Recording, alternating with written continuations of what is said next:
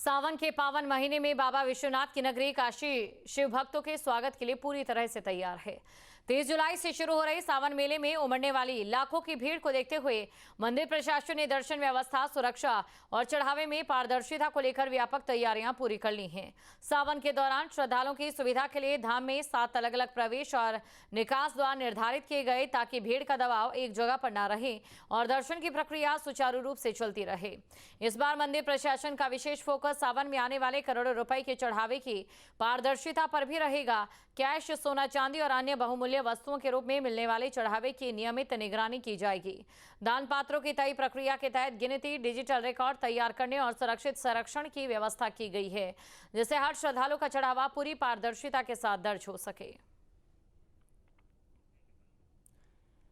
तो बड़ी खबर आपको बता रहे हैं क्योंकि 30 जुलाई से देखिए सावन शुरू होने वाला है और ऐसे में शिव भक्तों के स्वागत के लिए काशी पहले से तैयारी में जुट चुकी है।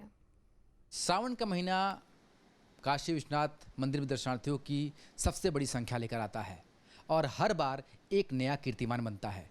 इस बार किस तरह की व्यवस्थाएं होंगी, हमारे साथ काशी विश्वनाथ धाम के सीईओ हैं, उनसे बात करते हैं। श्री काशी विश्वनाथ विजय तीर्थराम, महादेव की कृपा से, महादेव की योजना से श्री काशी विश्वनाथ धाम में सभी पर्वों के लिए, सभी भीड़ भरे तिथियों के लिए और उसके अतिरिक्त भी शेष वर्ष भर के लिए एक एसओपी बना हुआ है, मानक संचालन प्रक्रिया बनी है। उसके अंतर्गत हम लोगों ने ऑर्ली बेसिस पर कि हर घंटे जो श्रद्धालुओं की संख्या होती है, एक डायनेमिक हमने ज़िगज़ैग प्रोसेस और क्राउड कंट्रोल मैकेनिज्म डेवलप किया हुआ है। कंट्रोल रूम से उसकी पूरी निगरानी होती है। वही व्यवस्था श्रावण मास में लागू रहेगी। इस व्यवस्था के अंतर्गत यहाँ कुंभ के पलट प्रवाह में प्रतिदिन 10 लाख से अधिक संख्या में श्रद्धालु आ रहे थे। वह प्रवाह भी हमने देखा है, उसको समुचित रूप से हमने व्यवस्थित किया है। महाशिवरात्रि में महादेव ने व्यवस्था बनाकर रखी है। इस श्रावण मास में भी वही व्यवस्था बनाकर रखेंगे और उसके अंतर्गत श्रद्धालुओं को दर्शन होगा।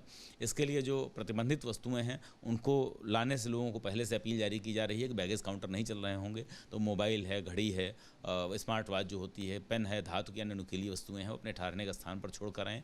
जूता, चप्पल इत्यादि बाहर निकालने की व्यवस्था जहाँ पर रहेगी वहीं पर उनके निकास की व्यवस्था करने का प्रयास किया जा रहा है।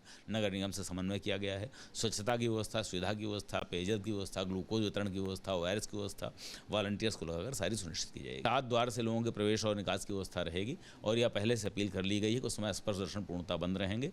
जो भी प्रोटोकॉल अनुरोध होते हैं, विशेष दर्शन अनुरोध होते हैं, वो उस समय स्थगित रहेंगे। सभी अथॉरिटीज से इस बात के लिए निवेदन कर लिया गया और जिस समय भीड़ कम होगी उस समय स्पर्श दर्शन अथवा विशेष दर्शन की भी सुविधा प्रदान करने का प्रयास करेंगे। चढ़ावा जो हमारे यहाँ आता है इसके लिए मॉनिटरिंग का हमारा SOP उसका भी बना हुआ है, जो स्टैंडर्ड है, जिसमें आज तक पिछले कम से कम जब से 2024 में जनवरी माह में मैं आया हूँ और 2.5 साल हो चुका है, अभी तक उसमें कहीं कोई समस्या नहीं आई है।